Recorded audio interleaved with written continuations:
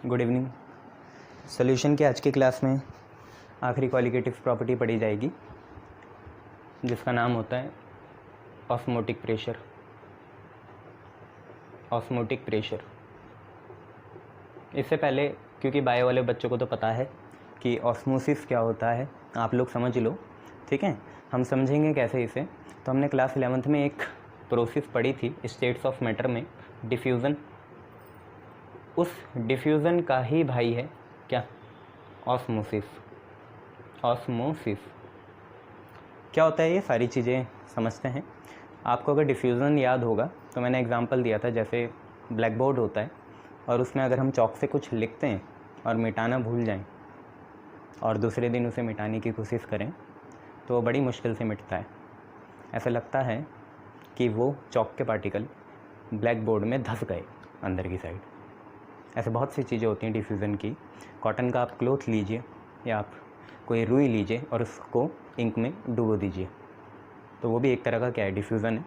ये सारी चीज़ें आपकी डिफ्यूज़न ही होती हैं, ठीक है। तो आपको पता चला डिफ्यूज़न है क्या। It is movement of solute particles. It is a movement of solute particles. इतनी बात है। यहाँ पे ये ज़रूरी नहीं है कि मान लो जो आपके चॉक थे वो चॉक लो प्रेशर में थी और जो आपका ब्लैक बोर्ड है वो हाई प्रेशर में हो, तब भी डिफ्यूज़न होगा। या आपकी जो चॉक है वो हाई प्रेशर में हो जाए और ब्लैक बोर्ड लो प्रेशर में हो जाए, तब भी डिफ्यूज़न होगा। डिफ्यूज़न में प्रेशर की कोई डिपेंडेंस नहीं होती। तो it is movement of solute particles without any effect of pressure, ठीक है। और एक और बात आपको ये भी समझनी है, मान लो आप पे चॉक एक ही है, ठीक है, वो भी डिफ्यूज़ हो रही है, और आप पे चॉक बहुत सारी हैं वो भी डिफ्यूज़ हो रही हैं, सब की सब डिफ्यूज़ हो जाएगी। एक छोटे से ब्लैक बोर्ड में भी वो सारी चॉक डिफ्यूज़ हो सकती हैं और बड़े से ब्लैक बोर्ड में भी वो सारी चॉक डिफ्यूज़ हो सकती है। तो ये कंसंट्रेशन पे भी डिपेंड नहीं करता, ठीक है। तो कंसंट्रेशन पे भी ये डिपेंड नहीं करता, किसी भी चीज़ की नहीं। जो धंस रहा है, जो डिफ्यूज़ हो रहा है, उस पर भी नहीं करता, उसकी कंसंट्रेशन पे भी ये डिपेंडेंस नहीं होती, और जिसमें हम डिफ्यूज़ करा रहे हैं उस पर भी नहीं होती, ठीक है।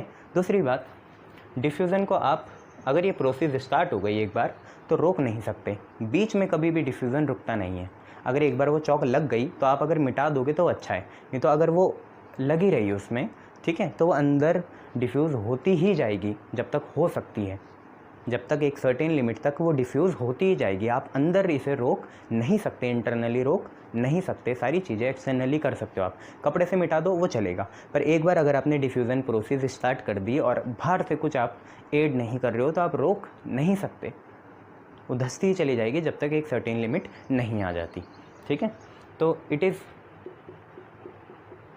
इर्रिवर्सिबल। इर्रिवर्सिबल, इसको आप रिवर्स नहीं कर सकते, ठीक है। और आप ये लिख सकते हो नॉन स्टॉप होती है, इसे आप रोक नहीं सकते। ये सारी आपकी डिफ्यूज़न है। ज़रा दिमाग में घुसाओ ये चीज़, ठीक है, ओके। डिफ्यूज़न आपने सुना होगा। डिफ्यूज़न अभी जो मैंने आपको एग्जांपल बताया चॉक का और ब्लैक बोर्ड का, तो आपको पता चला ये पॉसिबल है किस में, सॉलिड में। दूसरी बात, डिफ्यूज़न गैसेस का भी होता है। कैसे होते हैं? मिंट खाते हो, ठीक है, तो मिंट में क्या होता है, जब हम उसे खाते हैं तो गैस डिफ्यूज़ होती है, ठीक है। या और बहुत से एग्जाम्पल है, बहुत सी टॉफ़ीज़ आती हैं जिससे आपको एक ब्रिस्क वाला एक सेंस होता है कि उससे कुछ फुट रहा है, इवॉल्व हो रहा है। तो उसमें होता क्या है, उसमें हम कार्बोनेटेड गैसेस जो होती हैं वो एक छोटे से सॉल्यूट में क्या करके रखते हैं, डिफ्यूज़ करके रखते हैं। और बहुत से एग्जाम्पल हैं ऐसे जिसमें डिफ्यूज़न गैसेस में भी हो सकता है। क्या है ऐसा एग्जाम्पल? आपने कोल्ड ड्रिंक देखी है। कोल्ड ड्रिंक में क्या होता है, गैस को हम लिक्विड में डिफ्यूज़ करके रखते हैं या सोडा वाटर में डिफ्यूज़ करके रखते हैं, ठीक है। तो possible in solid and liquid, दोनों चीज़ों में हो जाती है, ठीक है। डिफ्यूज़न आपको समझ में आया। अब बात करते हैं ऑस्मोसिस क्या होता है। तो ऑस्मोसिस में एक सबसे मेन चीज़ क्या है, सेमी परमिएबल मेम्ब्रेन। परमिएबल मतलब जिससे हम पास कर पाएँ, और सेमी मतलब कि पार्शियली पास कर पाएँ। कुछ पार्टिकल्स पास कर पा रहे हैं, कुछ नहीं कर पा रहे। सेमी परमिएबल मेम्ब्रेन जो है आपकी, उसका एक सर्टेन डायमीटर होगा, साइज़ होगा, उस डायमीटर साइज से छोटे या उसके बराबर जो सॉल्यूट पार्टिकल्स होंगे वो उससे पास हो जाएंगे, और जो बड़े होंगे वो नहीं हो पाएंगे। चाय की छन्नी देख लो जैसे, या आप आटे की छन्नी देख लो, या पार्चमेंट पेपर देख लो, ये सारी ऐसी चीज़ें होती हैं। तो आपको समझ में आया कि ऑस्मोसिस में तो भाई सेमी परमिएबल मेम्ब्रेन लेनी पड़ेगी, ठीक है। और ऑस्मोसिस होता क्या है, ये भी मूवमेंट होता है किसका, सॉल्यूट पार्टिकल्स का। पर मेन बात क्या है, यहाँ पे प्रेशर सेंसिटिविटी होती है, और दूसरी बात क्या होता है, जो मोशन होता है वो हमेशा हायर कंसंट्रेशन से लोअर कंसंट्रेशन की तरफ होगा। जहाँ कंसंट्रेशन ज़्यादा है उससे कहाँ को होगा, लो कंसंट्रेशन की तरफ होगा, ठीक है। तो आपको समझ में आया कि वो भी मूवमेंट था, ये भी मूवमेंट है। तो it is movement of solute particles, ठीक है। प्रेशर डिपेंडेंस होती है, प्रेशर डिपेंडेंस होती है, तो it is the movement of solute particles, जो प्रेशर डिपेंडेंस है, from high concentration to low concentration through semi permeable membrane, semi permeable membrane, semi permeable membrane के थ्रू ऑस्मोसिस हो जाता है। यहाँ पे ज़रूरत नहीं है सेमी परमिएबल मेम्ब्रेन की। दूसरी बात, ये रिवर्सिबल होता है, आप कभी भी रोक सकते हो। आप सेमी परमिएबल मेम्ब्रेन को दबा दो, रोक दो ऐसे, तो फ्लो ही नहीं होगा आगे, सॉल्यूट जाएंगे ही नहीं, ठीक है। दूसरी बात, ये सिर्फ पॉसिबल है, तीसरी बात हो जाएगी ओनली पॉसिबल इन सॉलिड, ये सिर्फ सॉलिड में पॉसिबल है और कहीं नहीं है। अच्छा, डिफ्यूज़न गैस में भी होता है, ये याद रखना। पर ये सिर्फ चीज़ जो है ये हाँ सॉलिड में होगा, पर जनरली हमें बात करनी है सॉल्यूशन की, तो सॉलिड प्लस सॉल्वेंट दोनों में हो सकता है। मतलब हमें एक होमोजीनस सॉल्यूशन लेना पड़ेगा, जैसे ब्लड होता है तो ब्लड में भी ऑस्मोसिस होता है, तो होमोजीनस सॉल्यूशन लेना पड़ेगा, वहाँ पे ऑस्मोसिस हो जाता है। तो आपको अब इतना इस्टेब्लिश हो गया हम लोगों से कि ऑस्मोसिस क्या चीज़ होती है, ठीक है। डिफ्यूज़न क्या है, ऑस्मोसिस क्या है। ऑस्मोसिस में सेमी परमिएबल मेम्ब्रेन की नीड होगी, वहाँ नहीं होगी। चलिए, इतना अगर आप लोगों को आ गया, तो डिफ्यूज़न के बाद अब हम लोग जो बात करना चाह रहे हैं वो बात करना चाहेंगे इसी की, ऑस्मोटिक प्रेशर की। बच्चों, इसकी शुरुआत कैसे करते हैं, आप लोगों ने आइडियल गैस इक्वेशन पढ़ी है, आइडियल गैस इक्वेशन पढ़ी है बचपन से। वो क्या होती है, PV is equal to nRT होती है। Very good. एक काम करते हैं, P की जगह ऑस्मोटिक प्रेशर को, क्योंकि स्पेशल कैटेगरी का प्रेशर बनाना था, तो पाई लिखते हैं। तो P की जगह हमने पाई लिखा, तो पाई V बराबर नंबर ऑफ मोल्स हमेशा आप सॉल्यूट के लेते हो, यहाँ R यहाँ T। फिर वही बात, R की वैल्यू क्या डालोगे, तो ये क्योंकि एनर्जी वाली टर्म नहीं है तो R की value 0.0821 ATM litre per mole inverse. ATM litre kelvin भी आता है, PV is equal to nRT, यहीं से आएगा। हाँ, ATM litre per mole kelvin, तो केल्विन का इन्वर्स आएगा। या कभी कभार आप ATM की जगह क्या लेते हो, बार लेते हो या पास्कल, बार लेते हो, तो bar litre mole inverse kelvin inverse. या आप R की वैल्यू डालोगे, R आपको पता ही होता है क्या होता है, यूनिवर्सल गैस कांस्टेंट होता है, ठीक है। अब एक चीज़ देखो, तो पाई की वैल्यू क्या आई, NB, उसके नीचे कौन गया, V, यहाँ R यहाँ T। Temperature obviously SI unit है तो केल्विन में। अगर आपको याद होगा तो मोलैरिटी जो थी, मोलैरिटी या जो आपकी कंसंट्रेशन थी, मोलैरिटी को आप कैपिटल M से बोलते हैं, हम इसे कंसंट्रेशन भी कहते हैं C। मोलैरिटी कुछ और नहीं होता, number of moles of a solute dissolve in litre solvent होता है, ठीक है। मोलैरिटी आप लोगों ने पहली क्लास में पढ़ा था, number of moles of solute upon 1 litre solution volume, ठीक है, या पर लीटर सॉल्यूशन होता है। तो NB/V को मैं या तो कैपिटल M लिख सकता हूँ, पर यहाँ पे C लिखते हैं, C भी वही है, मोलर कंसंट्रेशन। तो pi is equal to CRT आप पे आ गया।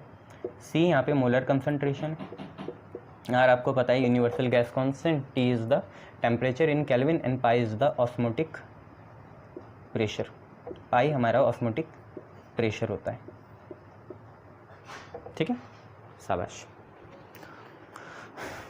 अब अगर आप एक काम करें, आपने ये सारी चीज़ें पहले भी पढ़ी हैं, ये हमारा बेसिक लॉ हो गया, कौन सा, ऑस्मोटिक प्रेशर का।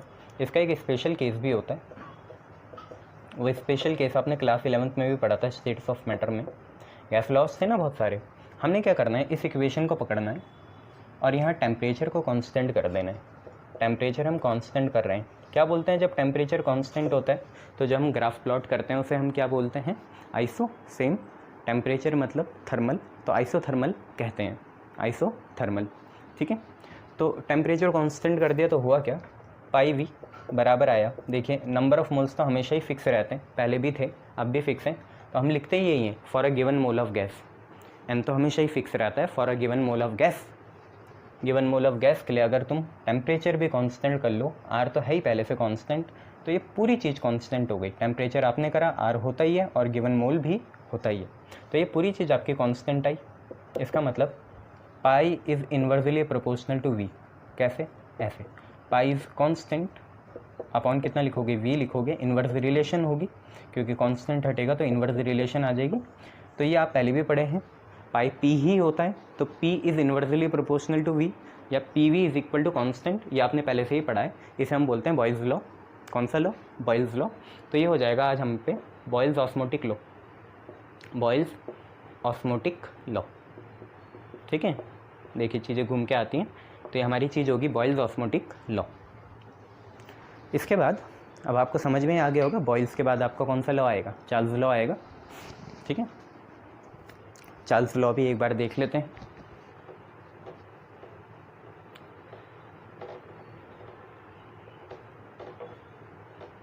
अब हमने क्या करा, स्पेशल केस पहला हो गया आप पे, दूसरा करेंगे वॉल्यूम को कांस्टेंट कर देंगे। आपको पता है जब हम वॉल्यूम को कांस्टेंट करते हैं, प्रेशर तो होना ही चाहिए ना, प्रेशर कैसे कांस्टेंट कर दूं। ठीक है, तो वॉल्यूम को कांस्टेंट कर दिया। ठीक है, तो आप आप इस चीज़ को क्या बोलते हो, आइसो। ठीक है, वॉल्यूम कांस्टेंट मतलब कोर, तो आइसो कोर बोला जाता है इसे। पहले वाले को आइसो थर्मल बोला जाता था, इस वाले को आइसो कोर बोलते हो। ठीक है, ठीक है, अब क्या करें, अब हम एक बार वॉल्यूम को कांस्टेंट कर लेते हैं। ठीक है, वॉल्यूम को कांस्टेंट कर दिया, हुआ क्या, सिंपल सी बात है, पाई वॉल्यूम आपकी कांस्टेंट हुई तो हम इसे ऐसे लिख सकते हैं n B R by V, और यहाँ पे कितना टी। ठीक है, pi is equal to n B R by V, V जाएगा नीचे। ये पूरी चीज़ बच्चे आपकी कांस्टेंट है, क्योंकि आपने बोल दिया वॉल्यूम तो है ही कांस्टेंट, गिवन मोल चलता ही है हमेशा, और आर तो है ही कांस्टेंट, तो pi is directly proportional to temperature आ गया।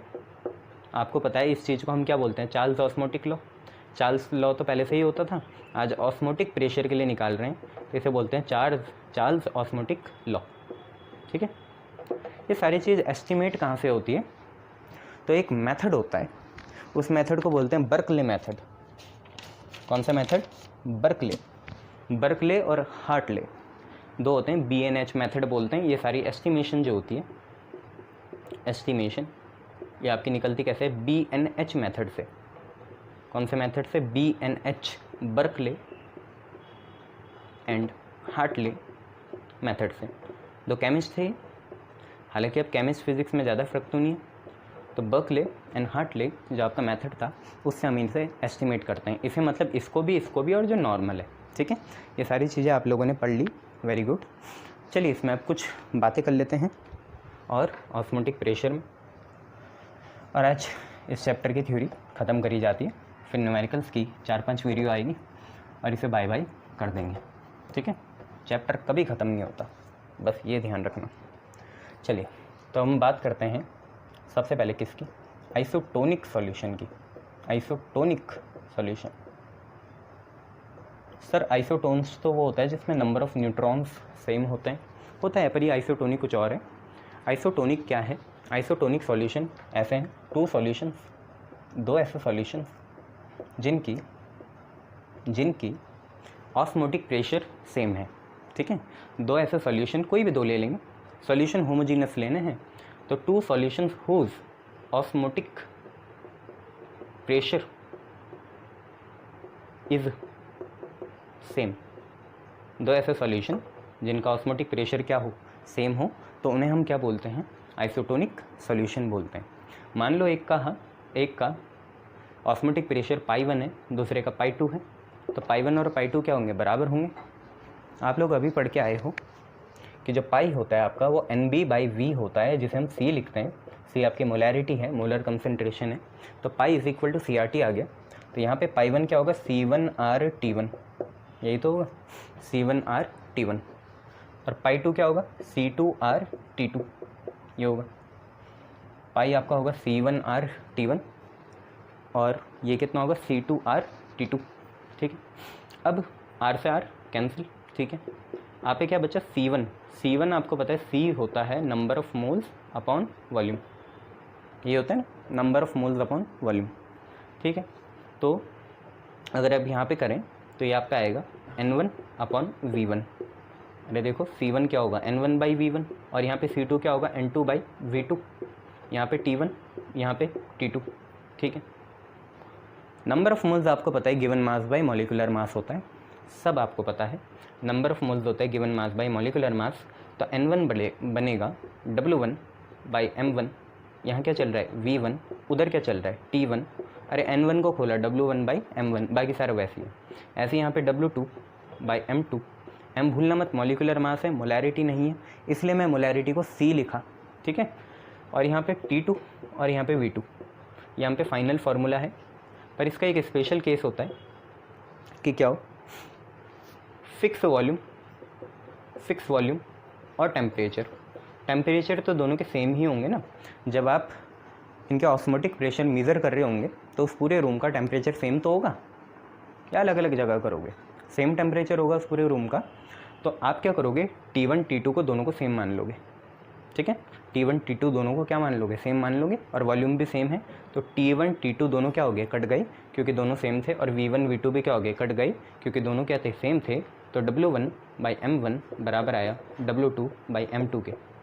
इसका मतलब W1/M1 आपका नंबर ऑफ़ मोल्स होता है, ये भी आपका नंबर ऑफ़ मोल्स ही है, तो आपके नंबर ऑफ़ मोल्स दोनों के क्या आएंगे, सेम आएंगे। तो कुल मिला के बात ये है, ऑस्मोटिक प्रेशर कब होगा, अगर फिक्स वॉल्यूम और फिक्स टेम्परेचर है, दोनों की 5 लीटर ले रहे हो और रूम टेम्परेचर में कर रहे हो, तो उनके मोल्स भी क्या होंगे, फिक्स होंगे, ठीक है। शायद ये आपने पढ़ा ही था, इसे हम बोलते हैं Gay Lussac's law of constant volume. Constant volume है तो आपको पता ही है number of moles is directly proportional to volume हो जाती। तो हालांकि अब आपको ये सारी चीज़ें पता चल गई कि यहाँ Gay Lussac's law of constant volume भी है, number of moles is directly proportional to volume. इसका मतलब सारे लॉ ऑस्मोटिक प्रेशर ने कवर कर लिए, शाबाश। देख लीजिए, आइसोटोनिक सॉल्यूशन के बाद यहाँ पे जो नया सॉल्यूशन आएगा वो आएगा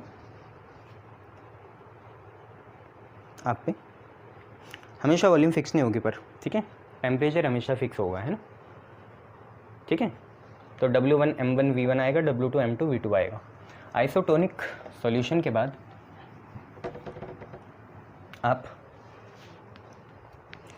हाइपरटोनिक सॉल्यूशन देखिए, हाइपरटोनिक सॉल्यूशन, और एक होता है हाइपोटोनिक सॉल्यूशन। जैसे हम पे कोई किशमिश होती है ना किशमिश, और उसको रेजिन्स जो होती हैं उसको आप पानी में डाल दो तो फूल जाती है। RBCs होती हैं, रेड ब्लड सेल, उसे अगर हम ब्राइन सॉल्यूशन नमक के पानी में डाल दें तो वो भी क्या हो जाती है, फूल जाती है, ठीक है। तो हाइपर और हाइपोटोनिक सॉल्यूशन क्या है, सिंपल सी बात है क्या कि मान लो ये हम पे अपना स्पेसिमेन है, किसी भी चीज़ का हो सकता है स्पेसिमेन, जैसे ये RBC है, और इसको हमने एक बीकर में डाला, इस बीकर में कोई सॉल्यूशन है, मान लो इसका पाई 1 है ऑस्मोटिक प्रेशर और इसका पाई 2 है, ठीक है। तो सिंपल सी बात है कि अगर सराउंडिंग का जो पाई 2 है, मतलब जिसमें आप डाल रहे हो चारों तरफ जो सॉल्यूशन है वो कौन है, पाई 2, अगर पाई 2 पाई 1 से ज़्यादा हो गया, मतलब स्पेसिमेन के ऑस्मोटिक प्रेशर से ज़्यादा हो गया, तो हाइपरटोनिक बनेगा।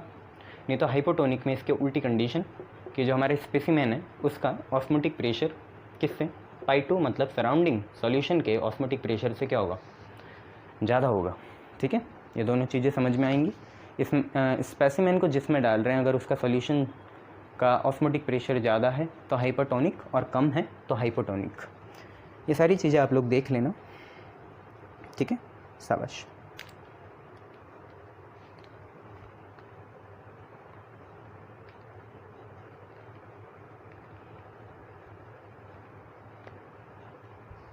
एक और चीज़ है रिवर्स ऑस्मोसिस, और ये बहुत इंपॉर्टेंट, अगर आप ये देखना चाहें तो देख लीजिए। रिवर्स ऑस्मोसिस, हमने क्या करा, मान लो एक ऑस्मोटिक सॉल्यूशन है, if in a osmotic solution, एक हम पे ऑस्मोटिक सॉल्यूशन है, मतलब उसमें ऑस्मोसिस एग्जिस्ट करता है, ठीक है। और इस ऑस्मोटिक सॉल्यूशन में हम क्या करें, एक्सटर्नल प्रेशर लगाएं, पाई एक्सटर्नल, और अगर ये पाई एक्सटर्नल ज़्यादा है किससे, पाई ऑस्मोसिस से।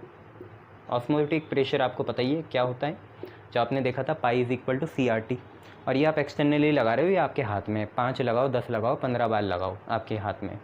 तो अगर ऐसी कंडीशन हो जाए तो होता क्या है, जो सॉल्वेंट होते हैं ना, द सॉल्वेंट ऑफ किसके, सॉल्यूशन के, जो आपका सॉल्यूशन बना है, सॉल्वेंट नहीं सॉल्यूट, जो आपके सॉल्यूट पार्टिकल्स होते हैं ना किसके, सॉल्यूशन के, वो मूव करेंगे towards pure solvent. Pure solvent समझो ज़रा क्या चीज़ है ये, मान लो, समझे ना, तब वो आपको समझ में आ जाएगा क्या लिखा हुआ। मान लो यहाँ पे आपके ब्राइन सॉल्यूशन है, NaCl प्लस H2O है, और इसका जो ऑस्मोटिक प्रेशर है वो लगभग मान लो 5 ATM है। अब आपने एक्सटर्नली किसी पिस्टन की मदद से 10 ATM का प्रेशर लगाया, और ये सारा सेमी परमिएबल मेम्ब्रेन में हो रहा है, तो होगा क्या, आप खुद ही देखो, NaCl कम होगा तो NaCl यहाँ से भागना चाहेगा, उल्टा जाना चाहेगा, जबकि यहाँ पे क्या है, पहले क्या थी, हाई कंसनट्रेशन थी, अब लो हो गई।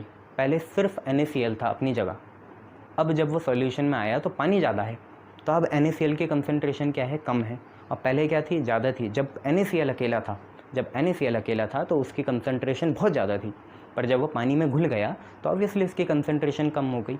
आप मान सकते हो ये 99:1 का होगा सॉल्यूशन, पानी इसमें 99 टाइम होगा, 99 टाइम्स होगा, है ना, और जैसे नमक का पानी होता है, और 1 टाइम आपका या 1 टेबल स्पून आपकी NaCl होगी, ठीक है। तो अगर आपने क्या करा, इस सॉल्यूशन का ऑस्मोटिक प्रेशर जो है 5 ATM है, और आप एक्सटर्नली 10 ATM लगा रहे हो, तो होगा क्या, ये NaCl जो कम क्वांटिटी में है ये उल्टा जाना चाहेगा, ये ज़्यादा क्वांटिटी की तरफ जाना चाहेगा। जबकि ऑस्मोसिस में होता क्या है, हमने पढ़ा था कि सॉल्यूट मूव करता है कहाँ से, हायर से लोअर, मतलब नेटिव ओरिजिनल फॉर्म से कहाँ जाता है, मिक्सचर की तरफ या सॉल्यूशन की तरफ। ओरिजिनल फॉर्म से कहाँ जाता है, मिक्सचर की तरफ, जबकि यहाँ उल्टा हो रहा है। तो अगर ऐसे जाने में, हाई से लो जाने में ऑस्मोसिस होती है, तो लो से हाई जाने में क्या होगी, रिवर्स ऑस्मोसिस। मैंने यही लिखा है कि जो सॉल्यूट पार्टिकल्स हैं सॉल्यूशन के, वो प्योर सॉल्वेंट की तरफ भागेंगे। जैसे यहाँ NaCl का ब्राइन सॉल्यूशन जो होगा वो प्योर सॉल्वेंट हो जाएगा, ठीक है। इसका काम क्या होता है, इसका एग्जाम्पल बहुत ज़्यादा है। इससे होता क्या है, मान लो नमक का पानी मिला हमें समुद्र से, तो नमक का पानी ही तो है NaCl plus water. NaCl plus water क्या होता है, नमक का पानी होता है जो बहुत सारा है, सी में, ओशन में बहुत ज़्यादा है। अब हमने क्या करा, उसमें पानी में ऑस्मोटिक प्रेशर से ज़्यादा एक प्रेशर अप्लाई कर दिया एक्सटर्नली, तो होगा क्या, अब इस सॉल्यूशन से नमक भागना शुरू करेगा, भाग जाएगा, रिवर्स ऑस्मोसिस होगी, और जो हमें पानी प्रोवाइडेड होगा, अब जो हमें ऑब्टेन्ड होगा, वो फ्री फ्रॉम NaCl होगा, मतलब फ्रेश वाटर बन जाएगा। आप खुद ही सोचो, ब्राइन सॉल्यूशन है, आप क्या करोगे इसमें, आपने इसमें ग्रेटर देन ऑस्मोटिक प्रेशर एक एक्सटर्नल प्रेशर लगाया, जिसकी वजह से NaCl भाग गया, आउट हो गया, एस्केप आउट हो गया, भाग गया। अब आपको जो ऑब्टेन्ड होगा उसमें सिर्फ पानी है, NaCl नहीं है, तो प्योर फॉर्म मिल गई। रिवर्स ऑस्मोसिस का ये काम होता है। तो इसको हम एक चीज़ बोलते हैं, डीसैलिनेशन ऑफ वाटर। जो ऐसी बहुत सी कंट्रीज़ हैं जहाँ पे फ्रेश वाटर की बहुत कमी है, या फ्रेश सोर्सेज जो हैं पानी के बहुत कम है, तो वहाँ हम डीसैलिनेशन का ही यूज़ करते हैं। जैसे इज़राइल है, इज़राइल में सारा पानी डीसैलिनेशन ही होता है, वहाँ पे फ्रेश वाटर का कोई भी सोर्स नहीं है, तो सारा जो पानी होता है वो डीसैलिनेशन प्लांट लगाए हैं उसमें है। आप लोग देखना, जब मोदी जी गए थे कहाँ, इज़राइल, तो वहाँ उनकी वीडियो भी है, वो दोनों टहल रहे थे बिछड़े हुए भाई, ठीक है। चलो, तो यहाँ लिखना डीसैलिनेशन ऑफ वाटर, पानी में टहल रहे थे वो दोनों, पानी की साइड ना, तो उन्होंने डीसैलिनेशन प्लांट भी दिखाया था। तो डीसैलिनेशन ऑफ वाटर देख लेना। चलो बहुत बढ़िया। तो ये सारा रिवर्स ऑस्मोसिस था आपका, होप आप लोगों को समझ में आया होगा। चलिए इसके बाद आपका लास्ट टॉपिक, फिर बाय बाय करेंगे थ्योरीज़ को।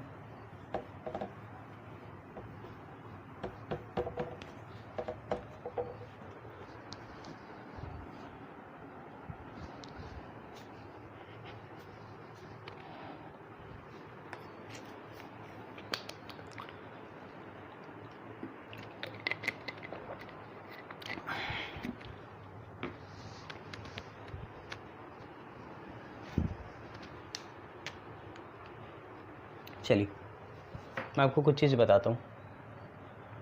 नॉर्मल, ठीक है, नॉर्मल बोल लो, थ्योरेटिकल बोल लो,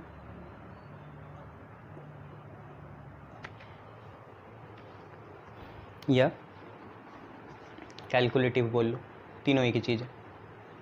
या तो नॉर्मल बोलो, या थ्योरेटिकल बोलो, या कैलकुलेटिव बोलो। ये हमें दो तरीके की चीज़ें पढ़नी है। अभी हम एक ही चीज़ पढ़ लेते हैं, मॉलिक्यूलर मास।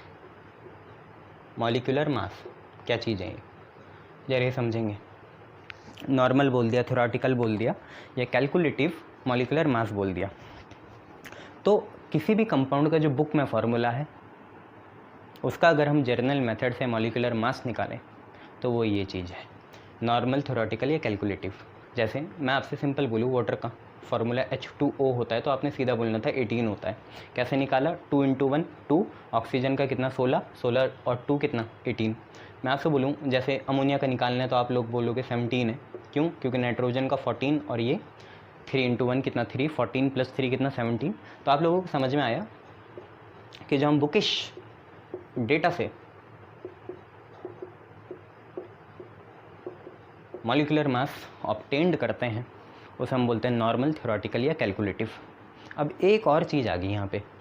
जैसे मान लो कि let us take an example, और उस हेडिंग का नाम क्या है? उस हेडिंग का नाम है एक्सपेरिमेंटल, या एक्सपेरिमेंटल का एक और काम ऑब्जर्व्ड, एक्सपेरिमेंटल या ऑब्जर्व्ड मॉलिक्यूलर मास, एक्सपेरिमेंटल या ऑब्जर्व्ड मॉलिक्यूलर मास। ठीक है, जरा इसे समझते हैं ये क्या है। तो ध्यान से देखो, मान लो मैंने आपसे कहा कि हम कोई एक कॉलिगेटिव प्रॉपर्टी ले रहे हैं, कोई सी भी ले लो। जैसे अभी हमने आज ही ऑस्मोटिक प्रेशर पढ़ी, तो वो ले लेते हैं। हमें पता है पाई = CRT होता है। CRT को हम खोलते तो number of moles of solute upon volume, यहाँ R यहाँ T आता है। ठीक है, चलो बहुत बढ़िया। अब मैं आपसे बोलूँ कि नंबर ऑफ मोल्स होता है given mass upon molecular mass, volume चल ही रहा है नीचे, R चल रहा है, T चल रहा है, ये सारी चीज़ें। ठीक है, ओके, ये सारी चीज़ें हो गई। अब हम एक काम करते हैं, कुछ गिवन मान लेते हैं। मान लो कि हम पे एक किसी भी चीज़ का सॉल्यूशन है।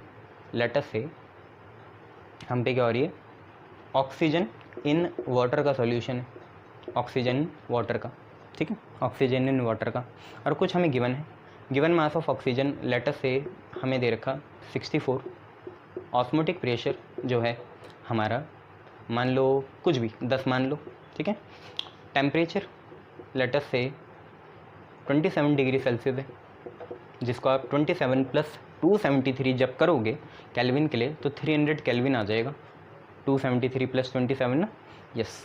ठीक है, और आपको पाई दे दिया, W भी दे दिया, R T, वॉल्यूम आपको लेटर से 5 लीटर देर की। मैं आपसे चाह रहा हूँ आप मॉलिक्यूलर मास निकालो यहाँ से ऑक्सीजन का, क्योंकि आपको पता है यहाँ से तो ऑक्सीजन का 32 आ जाएगा। कैसे? ऑक्सीजन एक का कितना होता है 16, 16 का 2 × 32। ठीक है, यहाँ से निकालो। तो आप क्या बोलोगे? कुछ नहीं सर, हमें इस फॉर्मूले को मॉडिफाई करना पड़ेगा। MB ऊपर गया, W भी यहीं है, R यहीं है, T यहाँ है, V नीचे है, पाई गया नीचे, पाई भी आ गया। ठीक है, MB ऊपर गया, पाई आया नीचे। जरा यहाँ डाल के देखो MB की वैल्यू कितनी आ रही। हालांकि इतना डिविजन नहीं आता पर कुछ तो आता है, समझाऊंगा मैं क्यों आता है। MB, W भी आपने डाला तो W है 64। ठीक है, अब मास मत डालना है यहाँ मॉलिक्यूलर, वो मत डालना, हम निकालना चाह रहे हैं यहाँ से। R की वैल्यू 0.08, टेम्परेचर 300, वॉल्यूम 5 लीटर में ही है ना, हाँ, और आपकी पाई कितना, पाई आपका है 10, ऐसे ये कटेगा 5 6 जा 30, 6 6 जा 36, हाँ तो इसे करना पड़ेगा मल्टीप्लाई, तो थोड़ी मेहनत कर लेंगे। तो सबसे पहले 64 इंटू 6 करते हैं, 64 इंटू 6, 6 4 जा 24, 6 6 जा 36, 37 38, 384 और इसमें 8 की मल्टीप्लाई कर लेते हैं, 8 4 जा 32, 32 8 8 जा 64, 64 और 3 67, 8 3 जा 24, 24 और 6 30, तो 3072 आ रहा, 2 पॉइंट ले लो, तो आप पे कुल मिला के 30.72 आ रहा। मॉलिक्यूलर मास जो है आपका 30.72 है, और जबकि यहाँ मॉलिक्यूलर मास कितना है, 32 है। तो मैं क्या कहना चाह रहा था, सोचा कितना, बुक में कितना दिया था, कैलकुलेटिव कितना है, फॉर्मूले से कितना निकाला, थ्योरेटिकल कितना है, थ्योरेटिकल है 32, पर जब आपने एक्सपेरिमेंटली, क्योंकि एक्सपेरिमेंट करा होगा ना आपने, कुछ चीज़ें मेज़र करी होंगी, आपने पहले एक्सपेरिमेंट से देखा होगा कि ऑस्मोटिक प्रेशर कितना है, जी 10 है, आपने देखा होगा कि ऑब्जर्वेबल जो आपका रूम है उसका टेम्परेचर कितना है, 27 डिग्री सेल्सियस है, तो जी 300 केल्विन है। आपने गिवन मास मीज़र करा होगा ऑक्सीजन का, कितना है 64, आपने वॉल्यूम भी मीज़र करी होगी सॉल्यूशन की, कितनी है 5 लीटर। मैंने आपको ये सारे वेरिएबल्स दे के पूछा कि ऑस्मोटिक प्रेशर कितना है, नहीं, क्या पूछा, मॉलिक्यूलर मास कितना है, जबकि आपको पता है कि बुक में तो 32 दिया है, और जबकि यहाँ से आ कितना गया, 30.72। तो इस चीज़ को हम एक्सपेरिमेंटल या ऑब्जर्व्ड या एबनॉर्मल, क्योंकि वो नॉर्मल है तो ये एबनॉर्मल मॉलिक्यूलर मास होगा, ये आपने एक्सपेरिमेंट से निकाला होगा। तो आप लोगों को समझ में आया एबनॉर्मल मॉलिक्यूलर मास क्या है, जो सोचा था, जो पढ़ा था, जो समझा था वो नहीं है, जो एक्सपेरिमेंट से आया, जो ऑब्जर्व्ड करके आया, जो एबनॉर्मल था वो आपका ये है 30.72, जबकि बुक में थ्योरेटिकल कैलकुलेटिव फार्मूला रिलेटेड या फार्मूला बेस आपका 32 है। यही आपका है एबनॉर्मलिटी। मैं आपको 2 तरह के मास बताना चाह रहा था, ऐसी सेम बात और जगह भी निकलती है। जैसे आपको ये समझ में आया, मिटा रहा हूँ, ठीक है। और इसमें एक जर्नल तरह का ट्रेंड देखा गया है जो हम अभी डिस्कस करेंगे। पहले एक चीज़ समझ लो, क्या है वो चीज़, कि मान लो कि मैं आपसे कहना चाह रहा हूँ, मान लो आपको बचपन से पढ़ाया गया है 2 + 2 4 होता है। ऐसी किसी दुनिया में कहीं प्लेनेट में आपको ये भी पढ़ाया गया है कि भाई मान लो कि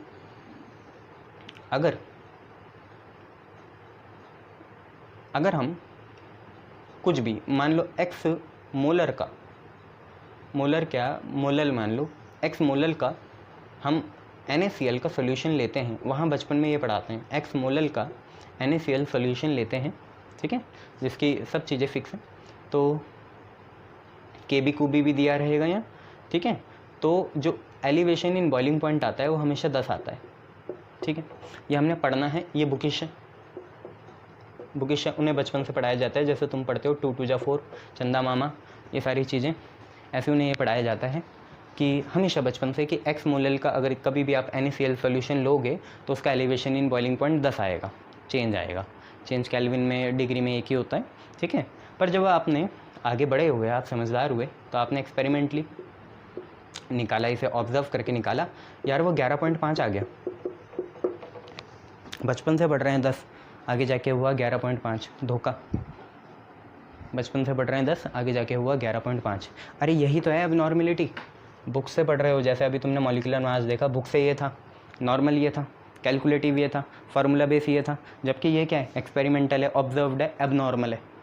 तो कॉलिगेटिव प्रॉपर्टीज़ में भी एबनॉर्मलिटी आती है, जितना आप सोचते हो उतना होता नहीं है, ऐसी बहुत सी एबनॉर्मलिटी आती है। ज़रा और एग्जाम्पल देखते हैं। मान लो बाहर तो आप पे NaCl था, ठीक है, बहुत बढ़िया, पानी के अंदर गया, NaCl + वाटर बना, यहाँ पे ऑब्जर्वेशन x थी, यहाँ पे भी x आनी चाहिए थी, पर x नहीं आई, y आ गई। ये क्या हुआ भाई, 10 था तो 10 आनी चाहिए थी, मास अगर इसका 10 था यहाँ 10 आना चाहिए था मॉलिक्यूलर, या 58.5 था तो यहाँ पे भी 58.5 ही आता, पर 20 आया, 30 आया, 100 आया, ऐसा क्यों हो गया? इसके पीछे एक रीज़न है। अभी ये 1 यूनिट है, सिर्फ 1 यूनिट है, पर जैसी ये सॉल्यूशन के अंदर जाएगी तो ये यहाँ से जाके डिसोसिएट हो जाएगी। अब ये अंदर 1 यूनिट नहीं है, अब ये अंदर जाके 2 यूनिट बन गई। कैसे, आपको ही पता है, Na+ और Cl-। बाहर 1 यूनिट थी, अंदर जाके 2 यूनिट हो गई। सॉल्यूशन में जैसे गया डिसोसिएट हो गया, तो ऑब्वियसली वैल्यूज़ में फ़र्क आएगा, कॉलिगेटिव प्रॉपर्टी में, मॉलिक्यूलर मास में फ़र्क आएगा। ऐसे और देखो, आपने देखा जैसे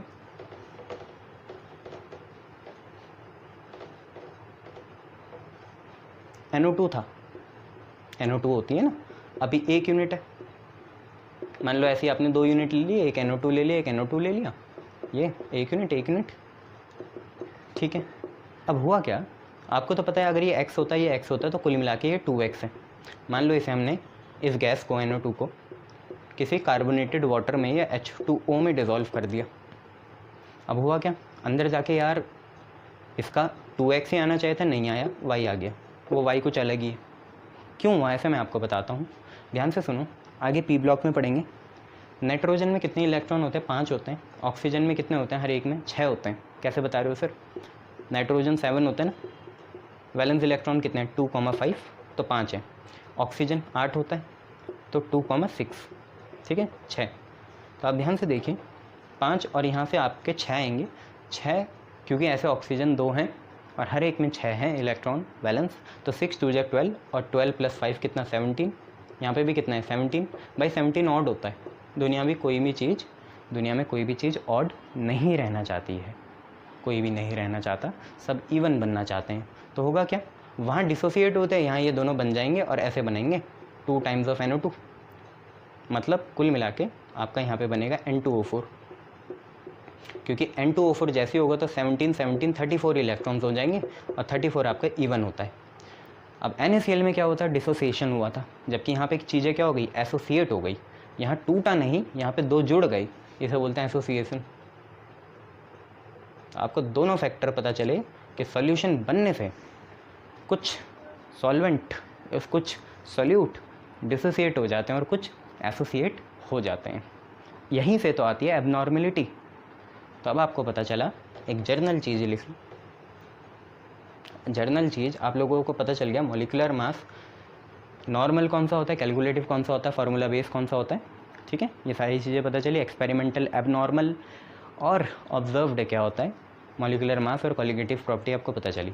जनरली एक चीज़ लिख लो नोट डाल के, कि जो मॉलिक्यूलर मास होता है वो इन्वर्सली प्रोपोर्शनल होता है कॉलिगेटिव प्रॉपर्टी के, जो हम CP बोल रहे हैं। कॉलिगेटिव प्रॉपर्टी 4 तरह की है आपकी कोर्स में, देख लो। Molecular mass is inversely proportional to colligative property होता है, ठीक है। इतनी बातें आप लोगों को समझ में आई। तो यहीं से एक फैक्टर जन्म लेता है जिसका नाम होता है वांट ऑफ फैक्टर। इसको हम I से डिनोट करते हैं, और ये वांट ऑफ फैक्टर डिफाइन करता है एक्सटेंट ऑफ एबनॉर्मेलिटी, कितना उसमें डेविएशन आया, नॉर्मल से कितना वो डेविएट हो गया। कोई भी प्रॉपर्टी, मॉलिक्यूलर मास कितना कम ज़्यादा आया, जो हम बुक से पढ़ रहे थे, जो हमारा एक थ्रेशोल्ड वैल्यू, नॉर्मल वैल्यू थी, उससे कितना कम ज़्यादा हो गया, या कॉलिगेटिव प्रॉपर्टी कितनी डेविएट हुई स्टैंडर्ड वैल्यू से, वो सारी चीज़ें वांट ऑफ फैक्टर डिफाइन करता है। तो वांट ऑफ फैक्टर क्या है, it determines extent of abnormality, extent of abnormality of या तो मॉलिक्यूलर मास और या तो कॉलिगेटिव प्रॉपर्टी। तो ये क्या डिटरमाइन करता है, एक्सटेंट, किस हद तक वो डिवेट हो गया या किस हद तक एबनॉर्मेलिटी आई, किस में, मॉलिक्यूलर मास में या कॉलिगेटिव प्रॉपर्टी में। इसका एक फार्मूला होता है, ध्यान से समझो, ऑब्जर्व्ड, एक्सपेरिमेंटल या एबनॉर्मल, ऑब्जर्व्ड, एक्सपेरिमेंटल, एबनॉर्मल। एक ही चीज़ याद रखना बस, जो पहले लिख ली, कॉलिगेटिव प्रॉपर्टी याद रख लो, दिमाग में सिर्फ कॉलिगेटिव प्रॉपर्टी होना चाहिए, बस मॉलिक्यूलर मास खुद आ जाएगा। Observed, experimental, abnormal, colligative property upon theoretical, ये जो आपकी बुकिश है या जिसे आप नॉर्मल बोलते हो, ठीक है, नॉर्मल कॉलिगेटिव प्रॉपर्टी। बस इतना याद होना चाहिए दिमाग में कि वांट ऑफ फैक्टर क्या है। भाई वांट ऑफ फैक्टर कुछ नहीं है, अगर कॉलिगेटिव प्रॉपर्टी के बेस पे है तो एक्सपेरिमेंटल ऊपर लिखेंगे, जो एक्सपेरिमेंट से निकालेंगे वो ऊपर लिखेंगे, और जो थ्योरेटिकल है उसे नीचे लिखेंगे। बस यही आना चाहिए दिमाग में, इससे ज़्यादा कुछ नहीं। क्योंकि अगर तुम्हें पता है कि कॉलिगेटिव प्रॉपर्टी और मॉलिक्यूलर मास के बीच में इन्वर्स रिलेशन है तो दूसरी बना सकते हो। मैं क्यों बोल रहा हूँ ऐसा, कन्फ्यूज़न होगी दोनों में कि क्या ऊपर क्या नीचे, इसलिए मैं बोल रहा हूँ कॉलिगेटिव प्रॉपर्टी याद रखो। क्या है कॉलिगेटिव प्रॉपर्टी के बेस पे, आई में एक्सपेरिमेंटल कॉलिगेटिव प्रॉपर्टी ऊपर आएगी और जो बुक से लिखते हैं थ्योरेटिकल वो नीचे आएगी। बस इतना दिमाग को समझाओ। अब आओ, अब सिंपल सी बात है कि अगर एक्सपेरिमेंटल या ऑब्जर्व कॉलिगेटिव प्रॉपर्टी ऊपर है तो ऑब्जर्व्ड या एक्सपेरिमेंटल मॉलिक्यूलर मास कहाँ आएगा, नीचे आएगा। और अगर थ्योरेटिकल या नॉर्मल कॉलिगेटिव प्रॉपर्टी नीचे है तो थ्योरेटिकल या नॉर्मल मॉलिक्यूलर मास ऊपर आएगा। बस इतना याद रखना। क्या बोला मैंने, क्या याद रखोगे, CP याद रखेंगे, colligative property. Colligative property observe या एक्सपेरिमेंटल आती है ऊपर, बस इतना याद रखना। दूसरा तो तुम्हें पता ही है नीचे फिर कौन सी आएगी। जब ऑब्जर्व्ड और एक्सपेरिमेंटल ऊपर आ रही है तो नीचे थ्योरेटिकल आएगी या नॉर्मल आएगी। बस कॉलिगेटिव प्रॉपर्टी ये याद रखना कि आई में एक्सपेरिमेंटल कॉलिगेटिव प्रॉपर्टी ऊपर आती है। क्योंकि अगर जिस बच्चे को ये पता है कि आई में एक्सपेरिमेंटल कॉलिगेटिव प्रॉपर्टी ऊपर आ रही है तो बुकिश या थ्योरेटिकल नीचे आएगी। अगर किसी बच्चे को ये पता है कि आई में एक्सपेरिमेंटल कॉलिगेटिव प्रॉपर्टी ऊपर आ रही है तो एक्सपेरिमेंटल मॉलिक्यूलर मास नीचे आएगा। ये याद रखना और कुछ नहीं, ठीक है। शाबाश, ये आई तुमने समझ लिया, बहुत बढ़िया, खुश, बहुत बढ़िया। आई से क्या चीज़ चेंज हो गई, आई ने सारी चीज़ें ही बदल दी। क्या क्या बदला, ज़रा ध्यान से देखो। अब सारी कॉलिगेटिव प्रॉपर्टीज़ मॉडिफाई हो गई। क्यों हुई, क्योंकि अभी तुमने देखा कि आई था क्या, तुमने देखा कि आई जो था वो था कॉलिगेटिव प्रॉपर्टी एक्सपेरिमेंटल ऊपर, अभी इतना ही लिख रहा हूँ, और कॉलिगेटिव प्रॉपर्टी सी है। अरे यार बुरा मत माने करो, CP एक्सपेरिमेंटल और कॉलिगेटिव प्रॉपर्टी कौन सी वाली, थ्योरेटिकल, वो नीचे। तो अगर तुम्हें एक्सपेरिमेंटल निकालनी भी है, कॉलिगेटिव प्रॉपर्टी अगर तुम्हें एक्सपेरिमेंटल निकालनी भी है तो तुम बोलोगे I times of colligative property theoretical, ठीक है। अब थ्योरेटिकल तुम पे बहुत तरह की कॉलिगेटिव प्रॉपर्टी हैं जो फार्मूला बेस होती हैं। फार्मूला बेस कॉलिगेटिव प्रॉपर्टी कौन कौन सी हैं, 4 हैं। ऑस्मोटिक प्रेशर क्या होता है, pi is equal to CRT, और relative lowering of vapour pressure क्या होती है, P0A minus PA upon P0A is equal to XB, और elevation in boiling point delta TB is equal to KB into molality, और depression in freezing point delta TF is equal to KF into M। ये सारी चीज़ें, ये सारी कौन सी होती हैं, थ्योरेटिकल होती हैं। तो हम ये सारी ही मॉडिफाइड फॉर्म में कवर करेंगे। तो हम लिखेंगे modified colligative properties, modified colligative properties यहाँ देखी जाएगी। तो जैसे आपको पहले ही पता है relative lowering of vapour pressure होती है, तो अगर हम उसे लिखें तो हम लिखेंगे पाई, नई वाली मॉडिफाई वाली है ना, पाई क्यों, P0A लिख लेते हैं, ठीक है। तो P0A minus PA upon P0A ऐसे लिख दिया, ठीक है। यहाँ पे क्या चलता था, XB चलता था ना, ये आज की डेट में आई लगा दो, आज की डेट में क्या लगा दो, आई लगा दो। दूसरी बात तुमने देखी थी elevation in boiling point delta TB is equal to कितना, KB इंटू मोलैलिटी, बताया था ना, पहले में मोल फ्रैक्शन, बाकी 2 में मोलैलिटी, और आखिरी में जो हमने आज पढ़ा कंसंट्रेशन या मोलैरिटी। तो KB इंटू M लिख दिया, आई लगा दो, बस मॉडिफाइड फॉर्म आ रही है। तीसरी क्या पढ़ी थी, depression in freezing point delta TF, KF into M पढ़ा था, M मोलैलिटी, आज आई लगा दो तो नहीं आ जाएगी। चौथी क्या पढ़ी थी, ऑस्मोटिक प्रेशर, तो पाई इज इक्वल टू कितना पढ़ा था, CRT, C क्या होती है, कंसंट्रेशन होती है, आज की डेट में आई लगा दो तो pi is equal to ICRT आ जाएगा। शाबाश, क्लियर है इतना, बहुत बढ़िया।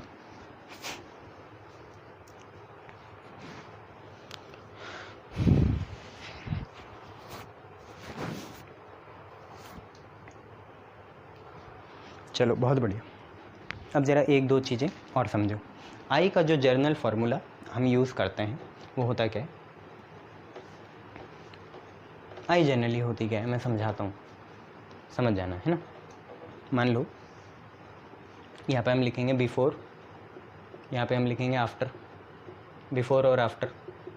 बिफोर मतलब ओरिजिनल, ठीक है, प्योर फॉर्म बिफोर होगी, और आफ्टर मतलब इन सॉल्यूशन, सॉल्यूशन के बाद क्या हो गया। अब आई की वैल्यू निकालते जाएंगे, ठीक है, और कुछ चीज़ें बोलते भी जाएंगे, जैसे डिसोसिएशन, एसोसिएशन। तो मान लो आप पे है एसिटिक एसिड पहले, बाद में भी वो एसिटिक एसिड ही रहा पानी में ना।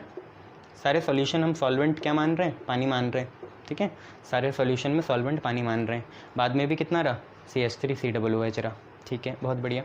अब जैसे हमने NaCl डाला पानी में, तो बाद में जाके वो तो डिसोसिएट हो जाएगा, Na+ और Cl- हो जाएगा, डिसोसिएट हो गया, बहुत बढ़िया।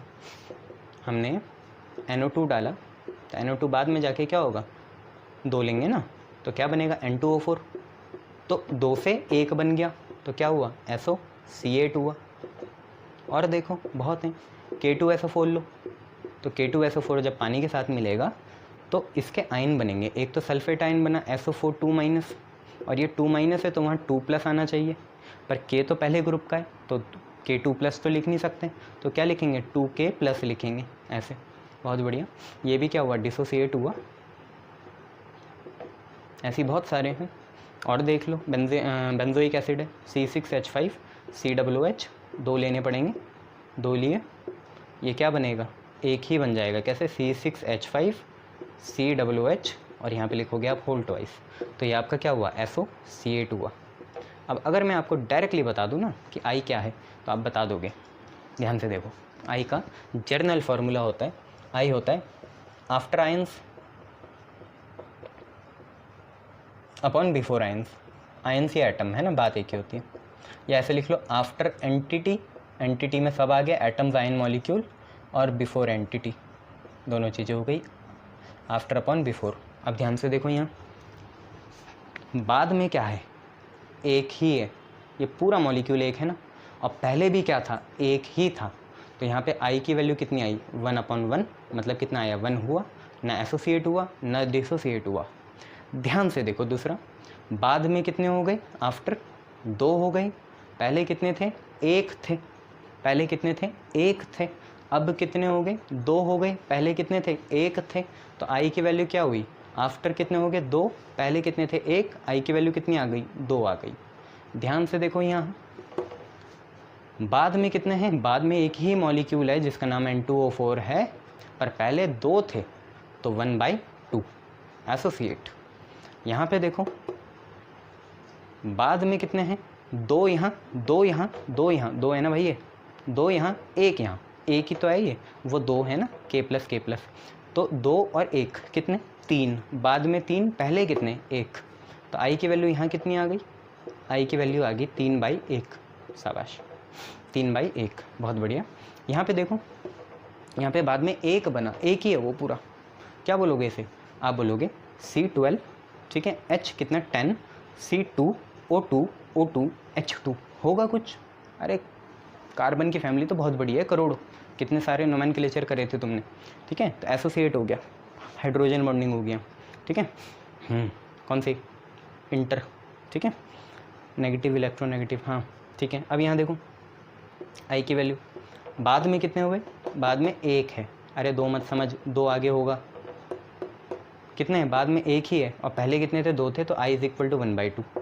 ये तुम्हें पता चला, फाइनल बात ये पता चली, अगर तुमने सारे फार्मूले लिख दिए मान लो, तो फाइनल बात तुम लोगों को ये पता चली कि फॉर डिसोसिएशन, क्योंकि नेदर एसोसिएशन नेदर डिसोसिएशन में तो हमेशा 1 ही आएगा या 100% आएगा, जैसा था वैसा मिला। पर डिसोसिएशन में क्या होगा, डिसोसिएशन में आई की वैल्यू हमेशा 2 से 1 से ज़्यादा होगी।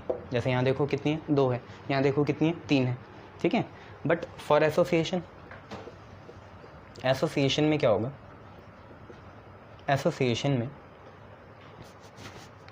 आई की वैल्यू 1 से कम हो जाएगी, आई की वैल्यू 1 से कम हो जाएगी। देखो हाफ है, ठीक है, बहुत बढ़िया। अब ज़रा एक चीज़ समझो, यहाँ देखो, तुम्हें पता है, अभी पता चला कि आई जो है वो डायरेक्टली प्रोपोर्शनल होता है एक्सपेरिमेंटल कॉलिगेटिव प्रॉपर्टी के। क्योंकि जैसे तुम डालोगे तो सारी प्रॉपर्टी कैसी आएगी, एक्सपेरिमेंटली आएंगी ये सारी। मैं तुमसे बोलूँ तुम पे ये 4 सॉल्यूशन है, अब मैं बार बार चेंज करूँगा इन सब के। मान लो 1 मोलर कंसंट्रेशन है, इसकी भी 1 मोलर है, इसकी भी 1 मोलर है, इसकी भी कितनी है 1 मोलर है। अब ये समझ जाना ये 2 ले रखे पर कोई फ़र्क नहीं पड़ता, मोलैरिटी 1 मोलर ही है। तो ये भी 1 मोलर है, ये भी 1 मोलर है, ये भी 1 मोलर है और वो भी 1 मोलर है। मैं आपसे बोलूँ आप पे इन चारों का पहला, दूसरा, तीसरा, चौथा, 4 आप पे सॉल्यूशन है, चारों किसके हैं 1 मोलर के हैं। तो आपसे बोलूँ arrange in decreasing order of क्या, elevation in boiling point, elevation in boiling point. बहुत बढ़िया, 4 सॉल्यूशन है, चारों 1 मोलर के हैं। मैंने आपसे बोला अरेंज करो इन्हें किस में, इन डिक्रीजिंग ऑर्डर ऑफ क्या, एलिवेशन इन बॉइलिंग पॉइंट। चलो बहुत बढ़िया। तुम्हें पता है क्योंकि आई जो है वह एक्सपेरिमेंटल कॉलिगेटिव प्रॉपर्टी के बराबर है। आज की डेट में हम पे एक्सपेरिमेंटल कॉलिगेटिव प्रॉपर्टी कौन सी है। अरे छोड़ो एक्सपेरिमेंटल, बस ये बताओ कि कॉलिगेटिव प्रॉपर्टी है कौन सी। तो तुमने बोलना था एलिवेशन इन बॉइलिंग पॉइंट है, तो यहाँ पे लिखोगे कितना, डेल्टा टी बी। अब ये देखो जिसका आई ज़्यादा उसका डेल्टा टी बी क्या होगा, ज़्यादा होगा। बाकी सारी चीज़ें सेम है, ठीक है, मोलैरिटी, वॉल्यूम, सब चीज़ सेम है। मैं बस ये पूछ रहा हूँ एलिवेशन इन बॉइलिंग पॉइंट क्या होगा। वैसे मोलर लेना चाहिए पर समझ जाओ, है ना, कोई ऐसी बात नहीं है, बार बार चेंज नहीं करेंगे। तो तुम्हें पता है क्योंकि आई डायरेक्टली प्रोपोर्शनल है डेल्टा टी बी के, और सबकी मोलर कंसंट्रेशन और वॉल्यूम क्या है, सेम है, मोलैरिटी भी क्या है, सेम है। तो भाई जिसका आई ज़्यादा उसकी एलिवेशन इन बॉइलिंग पॉइंट भी क्या, ज़्यादा। अब ध्यान से देखो आई किसका ज़्यादा है, ये 3 है, वेरी गुड, ये 2 है, वेरी गुड, वो 1 है, वेरी गुड, ये हाफ है, वेरी गुड।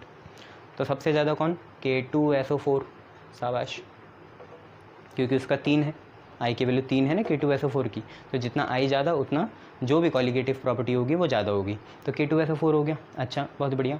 फिर इसके बाद 2 वाला कौन है, NaCl है। तो K2SO4 की ज़्यादा होगी किससे, NaCl से। क्या चीज़, एलिवेशन इन बॉइलिंग पॉइंट। 2 वाला देखो कौन है, हो गया NaCl। अब देखो 1 वाला कौन है, CH3COOH है, बहुत बढ़िया।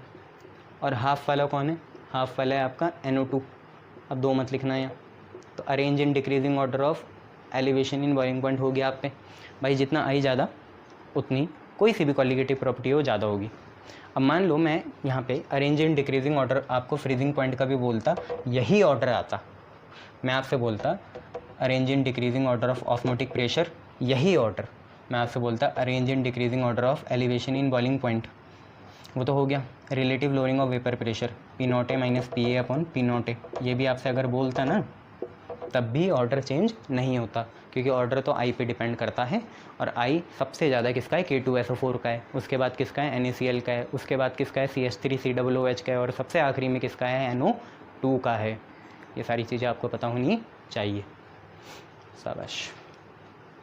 एक छोटा सा क्वेश्चन इसमें ही बनता है ये, अगर तुम देख पाओ तो बहुत बढ़िया है।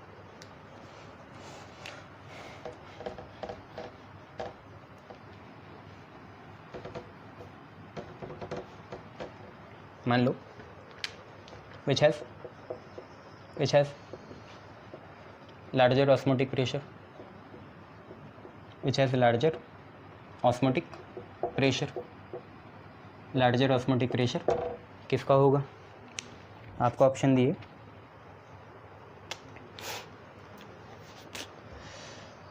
1 मोलर ZnCl2 और 1 मोलर NaCl, किसका ज़्यादा होगा।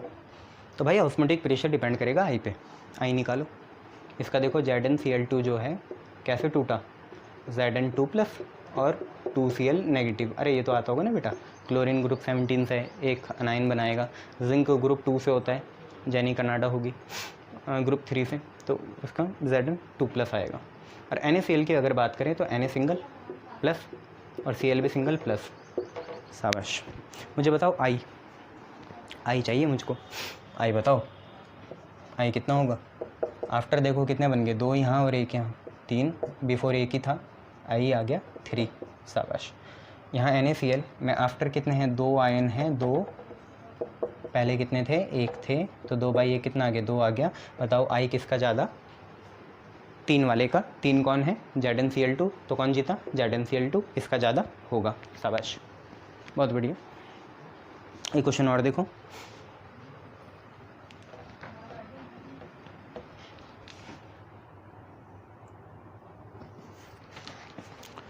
मान लो तुम पे इक्विमोलर है, इक्विमोलर समझ जाना, मोलैरिटी सेम है, एक तुम पे ग्लूकोज है, एक है NaCl और एक है BaCl2। बताओ किसका पाई का ऑर्डर बताओ। पाई मतलब osmotic pressure. Sir osmotic pressure ही ले लो आप हमसे हर समय, बुरा मत मानो। डेल्टा TF ले लो और डिक्रीजिंग ऑर्डर निकालो। डेल्टा TF का इसका कैसे निकालो, BaCl2 है, अरे बैरियम क्लोराइड, डाई क्लोराइड मत बोलना।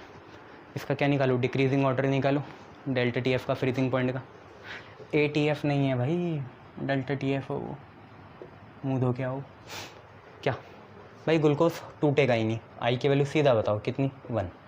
BaCl2 अब खुद ही देखो, 2 क्लोरीन निकलेंगे और एक Ba निकलेगा, कैसे टूटेगा ये, BA हर चीज़ लिखाते हो तुम, बताओ। Ba2+ और 2Cl-, ऐसे टूटेगा। 2 और 1 कितना, 3, तो फाइनल 3 और इनिशियल 1, तो 3/1 1।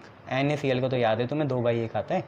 तो डिक्रीजिंग ऑर्डर क्या होगा भाई, सबसे ज़्यादा BaCl2 का होगा क्योंकि इसकी आई कितना है, 3 है। फिर NaCl का होगा क्योंकि इसका आई कितना है, 2 है। फिर ग्लूकोज का होगा, ग्लूकोज नहीं टूटता, ना एसोसिएट होता है ना डिसोसिएट होता है।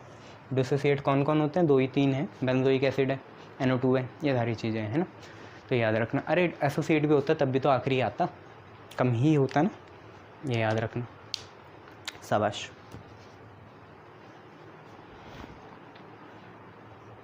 मॉलिक्यूलर मास में क्या ऊपर आएगा, नॉर्मली एक्सपेरिमेंटल। कॉलिगेटिव प्रॉपर्टी कहाँ आती है, एक्सपेरिमेंटल वाली ऊपर। तो यहाँ पे एक्सपेरिमेंटल मॉलिक्यूलर मास नीचे, याद रखना। शाबाश। चलो अब जरा इसका रिलेशन आई और वो पुरानी चीज़ डिग्री ऑफ डिसोसिएशन, उनका रिलेशन देख लो जरा। पता है ना क्या था, चलो डिग्री ऑफ डिसोसिएशन भूल गए, ये याद है।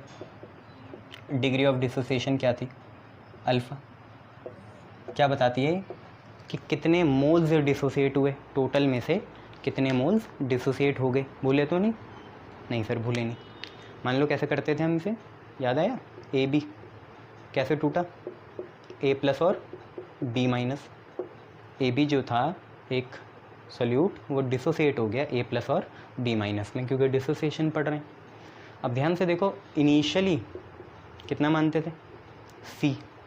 वैसे तो क्या लिखते थे तुम, M/V, पर आज C लिखते हैं क्योंकि C खुद ही number of moles upon volume होता है। C इनिशियल ये कितना टूटा, 0, ये कितना 0। फाइनली बताओ, फाइनली क्या होता था, फाइनली याद है तुम्हें, फाइनली क्या करते थे, C थे, जैसे 1 थे तो कितने डिसोसिएट होते थे, अल्फ़ा। 2 पे 2 अल्फ़ा, 3 पे 3 अल्फ़ा, 5 पे 5 अल्फ़ा, N पे N अल्फ़ा। ऐसे C से कितने गए, C अल्फ़ा। C से कितने गए, C अल्फ़ा। यहाँ कौन से लिखने हैं, गए तो C अल्फ़ा, बचे कितने, अरे 5 थे, 2 गए, बचे कितने, 3। ऐसे ये C है, C अल्फ़ा गए, बचे कितने, C- C अल्फ़ा। भूले तो नहीं, C थे, गए कितने, C अल्फ़ा। डिसोसिएट कितने हुए, C अल्फ़ा, बचे कितने, C- C अल्फ़ा। ध्यान से देखो, इसकी स्टोइक्योमेट्री कितनी है, 1, इसकी भी 1, इसकी भी 1। मान लो इसके 1 मोल जाते तो इसका भी 1 बनता, इसका भी 1 बनता। मोल्स की बात कर रहा हूँ, मास की नहीं, 1 ग्राम नहीं। इसके अगर 1 मोल जाते तो उसके कितने बनते, 1 बनते। इसके भी कितने बनते, 1 बनते।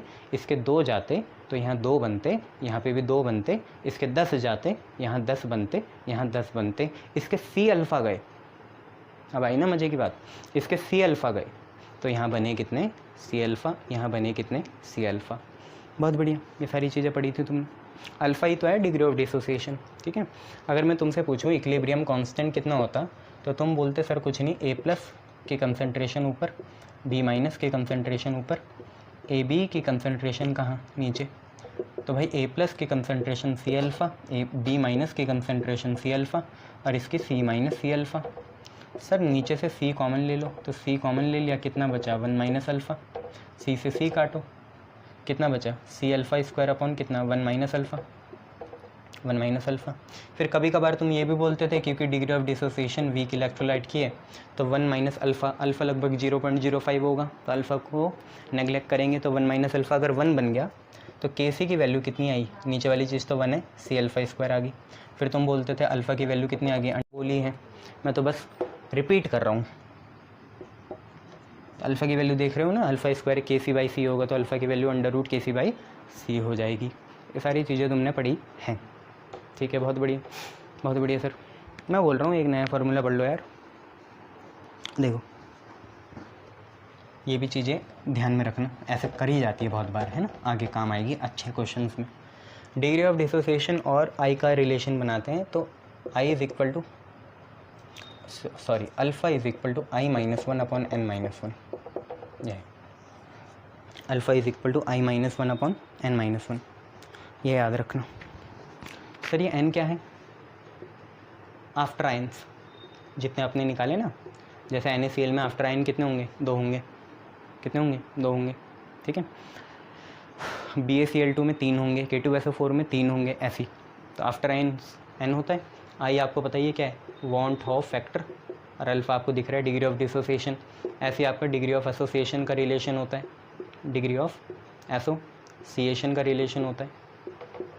डिग्री ऑफ एसोसिएशन को हम बीटा बोल लेते हैं, तो बीटा क्या होता है, आई माइनस 1, और बस कुछ नहीं, एन था ना, अब एसोसिएट हो रहा है तो आपको पता है 1 अपॉन, क्योंकि बाद में जाके तो चीज़ एक बनती है ना, याद है, बाद में जाके चीज़ हमेशा क्या बनती है, एसोसिएशन में एक बनती है। पहले पता नहीं कितनी रही होगी, पहले 2 हो सकती है, 3 हो सकती है, तो हम क्या लिखते हैं 1 अपॉन एन माइनस 1। अरे सर क्या कर रहे हो ये, अबे भूल गए, पहले क्या रहते थे 2a रहते थे, बाद में क्या बन जाते थे a2 बन जाते थे। हमें तो इससे मतलब है ना आफ्टर आयन से, आफ्टर आयन कितना है, 1 है, हमेशा ही 3a होगा तो a3 बन जाएगा। सर 3 आ तो रहा है, अबे आगे देखो कितना है, 1 है, तो 1 ही रहेगा। सर 4a2 होता, अच्छा 4a2, तो ऐसे लिखते a2 की पावर कितना 4, तब भी आगे कितना है 1 है, तो फाइनली तो 1 है ना, तो 1 अपॉन एन लिख दिया, ठीक है, 1 अपॉन एन लिख दिया, 1 अपॉन एन माइनस 1। अब बहुत से तुम्हें दिक्कत आएगी सर एन आफ्टर एन थे, आप तो यहाँ पे आई ही लिख रहे हो कि फाइनल अपॉन इनिशियल, नहीं वो 1 अपॉन एन सही है, जब न्यूमेरिकल करेंगे तो समझ में आ जाएगा। तो अल्फ़ा याद रखो i minus 1 upon N minus 1, ठीक है, और beta degree of association i minus 1 upon N minus 1, ठीक है। धीरे हो रहा है, तेज करना है, चलो आई माइनस 1 अपॉन एन माइनस 1, ये सारी चीज़ें थी।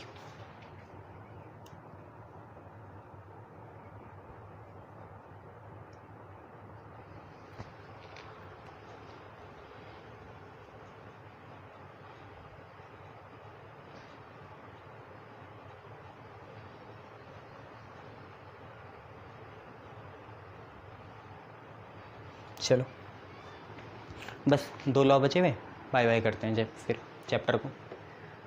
क्या है वो 2 लॉ, एक लॉ तो है नर्स्ट का डिस्ट्रीब्यूशन लॉ, एक लॉ है नर्स्ट का डिस्ट्रीब्यूशन लॉ, नर्स्ट का डिस्ट्रीब्यूशन लॉ क्या बोलता है ये, मान लो कि हम पे 2 इम्मिसिबल लिक्विड है, 2 इम्मिसिबल लिक्विड, इम्मिसिबल लिक्विड मतलब क्या हुआ, सी भी आता है यहाँ कहीं, लगा लेना, 2 इम्मिसिबल लिक्विड है जो कभी मिले ना, जो अलग अलग लेयर बनाए, इम्मिसिबल लिक्विड, जैसे ऑयल एंड वाटर इम्मिसिबल लिक्विड है। मान लो मैंने बाहर से नमक डाला इसमें, नमक क्या हो गया मेरा, सॉल्यूट हो गया, नमक डाल रहा हूँ, तो कहाँ ज़्यादा घुलेगा, ऑयल में या पानी में, ये जो नमक है ये ज़्यादा कहाँ घुलेगा, ऑयल में या पानी में। अपॉर्चुनिटी ऐसा तो नहीं है कि जो ऊपर लेयर है उसमें जल्दी घुल जाएगा, तो ऊपर वाटर कर लो नीचे ऑयल कर लो, क्या जा रहा है मेरा, कर लो ऊपर वाटर नीचे ऑयल। अब बताओ पानी में ही सारा घुल जाएगा या ऑयल तक भी पहुँचेगा, या सारा ऑयल में पहुँच जाएगा और पानी को ठिंगा मिलेगा, क्या होगा। यही बताते हैं नर्स्ट डिस्ट्रीब्यूशन लॉ। लॉ पढ़ाने का कोई फ़ायदा नहीं है जब तक उसकी नीड ना पता हो। तुम्हें नीड पता चल रही क्यों ज़रूरत है, एक क्वेश्चन उठाया मैंने कि सारा नमक कहाँ घुलेगा, तेल में, पानी में, या इक्वल प्रोपोर्शन कुछ तो होगा, इसलिए लॉ की नीड है। ऐसे थोड़ी कि पढ़ा दो बस कि था तो है, नहीं, नीड होनी चाहिए, है ना, नीडियरी। तो नर्स्ट डिस्ट्रीब्यूशन लॉ ने क्या बोला, in a solution containing in a solution containing two immiscible liquid, in a solution containing two immiscible liquid, if a solute is added, if a solute is added, कि एक solution है जिसमें दो immiscible liquid हैं और उसमें हमें बाहर से जैसे सॉल्यूट ऐड करना है, तो होगा क्या, then the amount in which the solution is added, the solute is added in either of two, either या both, depends upon concentration,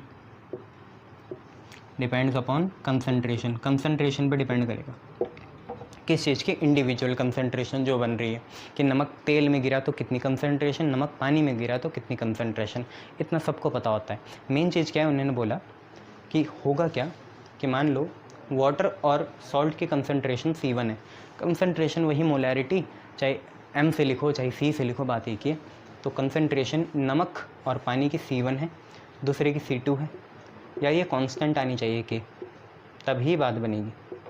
अगर कंसंट्रेशन का रेशियो क्या है, कांस्टेंट आए, इसका मतलब ऐसे एक्सपेरिमेंट आप 5-6 बार कर लो, अलग अलग लेयर्स की वॉल्यूम लो, मतलब ऑयल के अलग वॉल्यूम लो, वाटर के अलग वॉल्यूम लो, सॉल्यूट भी अलग डालो 5-6 बार एक्सपेरिमेंट में, पर कंसंट्रेशन की रेशियो हमेशा कांस्टेंट आए। जैसे 2 ही आ रही है हर समय, आप सारे वेरिएबल चेंज कर रहे हो, आप वॉल्यूम ऑफ ऑयल अलग ले रहे हो, वॉल्यूम ऑफ वाटर अलग ले रहे हो, वेट ऑफ सॉल्ट वो भी अलग ले रहे हो, पर रेशियो हमेशा कंसंट्रेशन की क्या आ रही, कांस्टेंट आ रही है, 2 ही आ रही। तो इस ही लॉ को हम क्या बोलते हैं, नर्स्ट इक्वेशन या नर्स्ट डिस्ट्रीब्यूशन लॉ बोलते हैं। ठीक है, ये चीज़ है। शाबाश। ये कंसंट्रेशन किसके है, कंसंट्रेशन हमेशा ही सॉल्यूट अपन सॉल्यूशन होती है ना। ये यहाँ पे मान लो जैसे नमक डाल रहा पानी में, नमक डाल रहा ऑयल में, तो ये नर्स्ट डिस्ट्रीब्यूशन लॉ है। ठीक है, शाबाश। के का कुछ नाम, हाँ यही डिस्ट्रीब्यूशन है, तो distribution coefficient, distribution coefficient, distribution coefficient. बस एक आखिरी लॉ, उसका नाम है कोनोवलफ, कोनोवलफ, कोनोवलफ लॉ, कोनोवलफ लॉ, वो पढ़ेंगे। ठीक है, क्या है वो लॉ?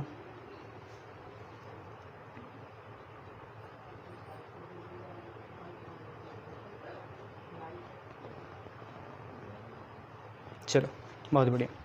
यहाँ पे देखो, कोनोवलफ लॉ एक तरह का, ये तो देखो क्वांटिटेटिव लॉ है, वो क्वालिटेटिव लॉ है। ठीक है, उसमें बस क्वालिटी के बारे में पता चलता है। कोनोवलफ लॉ, कोनोवलफ लॉ पढ़ना है। क्या है ये कोनोवलफ लॉ? इन्होंने सिंपल सी इतनी बात बोली, मान लो तुम पे सॉल्यूट और सॉल्वेंट, सॉल्यूट और सॉल्वेंट का एक सॉल्यूशन बना है, तो जब तुम इसका, और ये आइडियल सॉल्यूशन है, कैसा सॉल्यूशन है? आइडियल सॉल्यूशन, आइडियल सॉल्यूशन मानना है इसे। ठीक है, तो होगा क्या, सिंपल सी बात, इनमें से जो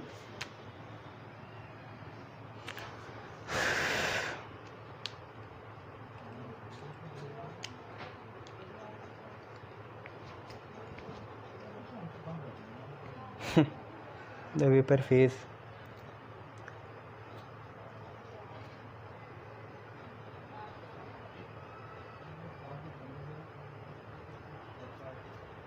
चलो इन्होंने क्या बोला, चलो करते हैं, डिस्ट्रैक्ट नहीं होते। आइडियल सॉल्यूशन है तो सॉल्यूट और सॉल्वेंट है, ठीक है, बहुत बढ़िया। हम यहाँ पे क्या करते हैं कि एक चीज़ देखते हैं, वेपर फेज। तुम लोगों को पता है वेपर फेज क्या होता है? और एक पढ़ते हैं सॉल्यूशन फेज़। दोनों पता है, वेपर फेज़ कहाँ होता है, वोलेटाइल में ना, शाबाश। तो इन्होंने क्या बोला कि जो इन दोनों से सॉल्यूट तुम्हें पता है बी होता है, सॉल्वेंट होता है ए, इन दोनों में से जो ज़्यादा वोलेटाइल कंपोनेंट होगा, ज़्यादा वोलेटाइल जो कंपोनेंट होगा वो ज़्यादा रिचर होगा कहाँ, in vapour phase, richer in vapour phase than in solution phase. Simple सी बात ये थी। कोनोवलोफ्लो ने क्या बोला कि अगर आपका एक सॉल्यूशन बन रहा है जो कि आइडियल सॉल्यूशन है, जिसमें सॉल्यूट और सॉल्वेंट है, और इसका अगर आप कोई भी क्वालिटेटिव प्रॉपर्टी या कोई भी मोल फ्रैक्शन जो आप निकाल सकते हो, किसमें, मोल फ्रैक्शन ही है, या तो आप वेपर प्रेशर देखो या मोल फ्रैक्शन देखो, मोल फ्रैक्शन या वेपर प्रेशर, दोनों में से कोई एक चीज़। तो आपसे ये है कि कोई अगर आइडियल सॉल्यूशन है और अगर उसमें कोई भी एक कंपोनेंट वोलेटाइल है, तो उसका जो मोल फ्रैक्शन या वेपर प्रेशर होगा वो ज़्यादा रिच या ज़्यादा क्वालिटेटिव वैल्यू या ज़्यादा बढ़िया वैल्यू, एक्यूरेट वैल्यू उसकी कहाँ आएगी, वेपर फेज़ में आएगी देन इन सॉल्यूशन फेज़। ये इसका कहना था, सिंपल सा। इसके बाद लगता है कुछ बचा नहीं है, हम चैप्टर को बाय बाय कर सकते हैं। इसके बाद बस ख़त्म है।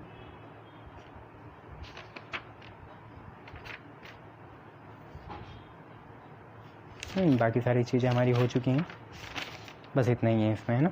चलिए, थैंक यू। न्यूमेरिकल सीरीज़ आने वाली है, करते हैं, चलो।